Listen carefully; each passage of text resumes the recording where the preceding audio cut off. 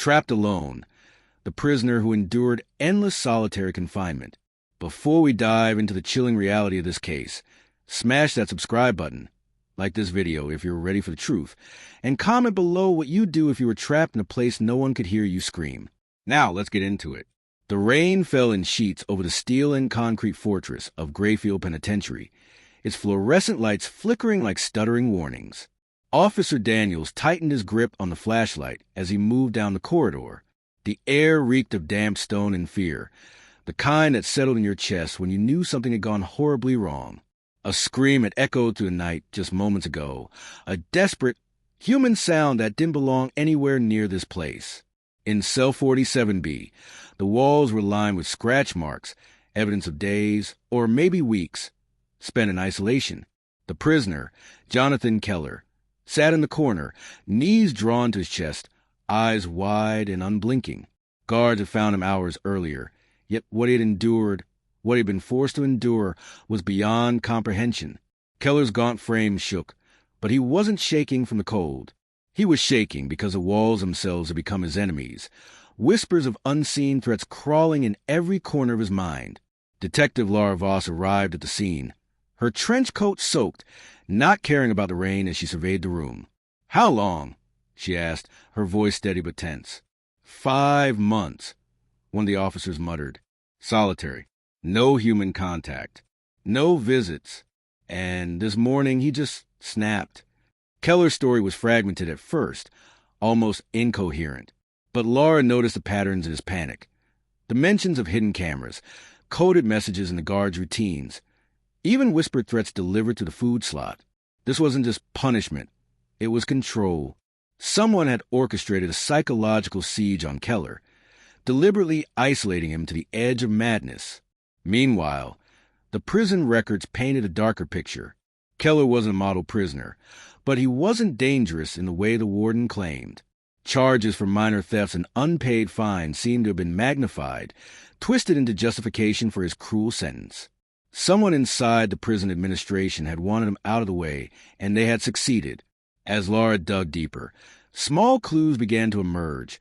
Security footage gaps during night shifts, missing logs of cell checks, and an anonymous note found in Keller's confiscated possessions.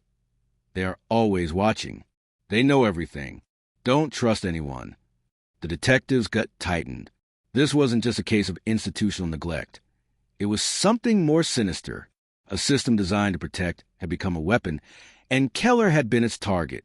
The unanswered question, who was pulling the strings? But just as the investigation seemed to stabilize, a new piece of evidence sent shockwaves through the team. A hidden camera, discovered behind a loose vent in Keller's cell, revealed shadowy figures moving at precise intervals. Among them, Lara froze. One face was unmistakable. The prison warden, standing too close to Keller's cell, whispering into a radio before disappearing into the shadows. Her heart raced. If Keller's torment had a mastermind, she had just found him. Yet, more disturbing than the warden's involvement was what the footage suggested. Keller's suffering wasn't random. It was deliberate, personal, and far from over. And then the final shock of the night. In Keller's cell beneath the thin, tattered mattress, Lara discovered a tiny notebook. Its pages filled with coded entries, dates, and names, a record of everyone who had participated, willingly or not, in his torment. As she flipped through the final page, her blood ran cold.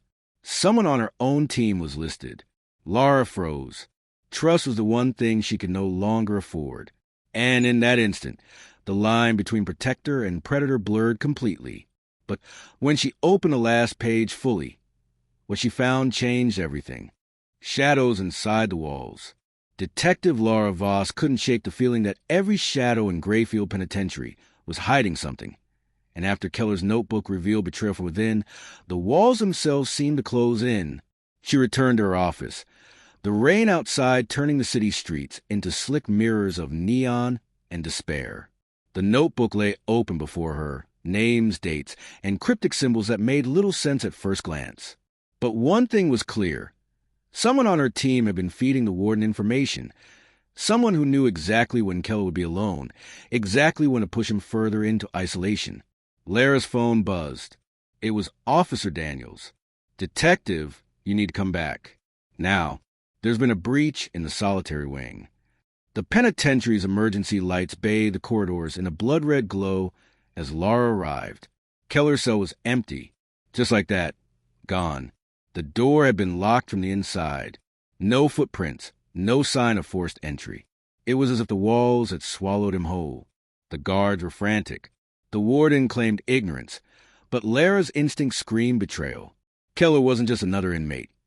He was a key to exposing something far larger, a network of manipulation, intimidation, and cruelty running through the prison. The investigation intensified. Lara pored over every security tape, every logbook, every internal communication. And then she found it. A pattern of erased footage, subtle enough to evade casual detection, but undeniable once mapped. The missing hours coincided with Keller's most vulnerable moments when the torment had escalated to its cruelest form. Someone inside had been orchestrating every second of his suffering, ensuring that isolation became a weapon, not a punishment. Meanwhile, Keller's trail led to the underbelly of the prison itself. Guards whispered about a secret observation wing, a place unrecorded on official maps, where select inmates were subjected to experiments in psychological control. Lara's stomach churned. If Keller had been sent there, he was still alive. But what condition would she find him in?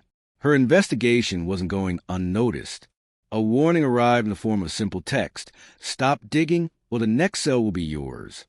The message was chilling, direct, and unnervingly informed. Lara realized the line between law enforcer and prey had vanished. Every step forward put her in immediate danger. Desperate for leads, Lara turned to a few inmates brave enough to speak. They described Keller's torment in vivid, harrowing detail. Endless days without light. Food delivered cold and irregular, whispered threats through air vents, the subtle manipulation of trust until paranoia became a constant companion. One inmate whispered a name, Vance, an enigmatic figure who seemed to control everything behind the scenes, even the guards themselves. That night, Lara returned to the solitary wing, determined to confront the truth. The corridors were eerily silent, save for the drip of water from a cracked pipe. As she approached Keller's former cell, a faint sound reached her, scratching, rhythmic, methodical. She crouched and pressed her ear to the cold steel door. Keller, alive, barely, and he wasn't alone. The scratch turned into a whisper. Lara, you shouldn't have come. A sudden metallic click froze her blood. The door behind her slammed shut. Lights flickered, plunging her into darkness. And then a voice, low and commanding, echoed through the corridor. You've seen too much. Some prisoners aren't meant to be free, detective, and some truths are better left buried. In that moment, it became terrifyingly clear. Keller's ordeal was only the beginning. The game had expanded, and now Lara was trapped in the web. And as a shadow figure moved silently along the wall, disappearing into darkness, a chilling realization struck her. The mastermind wasn't just behind bars. They were inside the prison and inside the investigation itself. The walls speak. Before we reveal the truth, pause for a second, hit subscribe, and like this video if you made it this far, because what comes next will make you question everything you thought you knew about justice and control. Detective Lara Voss's heart pounded as she struggled against the locked door. Darkness pressed in from every corner of Greyfield Penitentiary, and the sound of footsteps, soft, deliberate, sent a shiver down her spine. Keller's whisper echoed again, frantic and ragged. Don't trust anyone, not even her. Her mind raced. Who could she trust? Every officer, every administrator, every source she had relied on seemed like a potential enemy. And yet, Keller's survival depended on her following the trail, uncovering the truth, and confronting the person who had orchestrated months of psychological torment. A faint glow appeared down the corridor.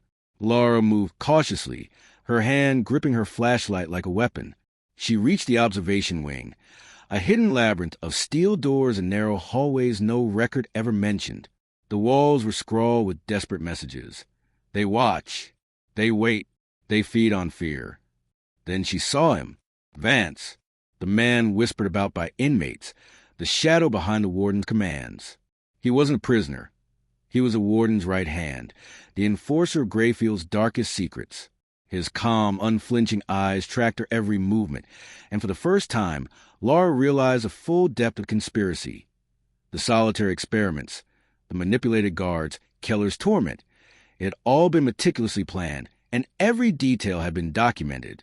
"You've come far, Detective," Vance said, voice smooth as steel. "But some doors should remain closed." Before Lara could respond, Keller stumbled out from a side corridor, gaunt but alive, clutching the tattered notebook like a lifeline. "Lara, it's him. He's the one," Keller gasped. Vance smirked, stepping forward. "He's weak, broken, and yet he survives just like you."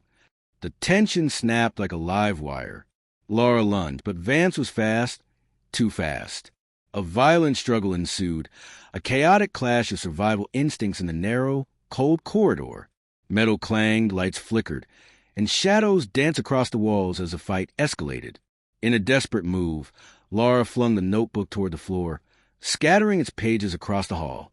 Keller grabbed one, his hands trembling as he read a crucial entry, a list of all collaborators within the prison and police department. Names, dates, evidence, all proof that Greyfield Penitentiary's darkest operations were being orchestrated by people sworn to uphold the law.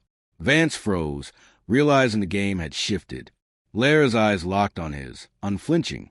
With a swift maneuver, she forced him into a nearer cell, locking it just as alarms began to blare.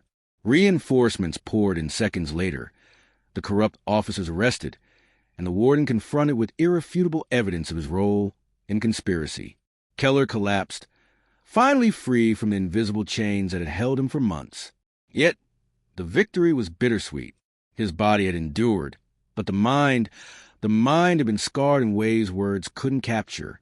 As Lara escorted Keller from the solitary wing, the final revelation hit her. The prison had operated as a psychological laboratory disguised as punishment, and while justice had been served that night, the secrets, the cruelty, and the human capacity for manipulation lingered in the walls, ready to trap the next unsuspecting victim. 3 months later, the story resurfaced in whispers. Another notebook, another inmate, another trail of psychological torment. Greyfield Penitentiary had been exposed, but the shadow it cast remained, a reminder that some prisons trap more than bodies, they trap souls.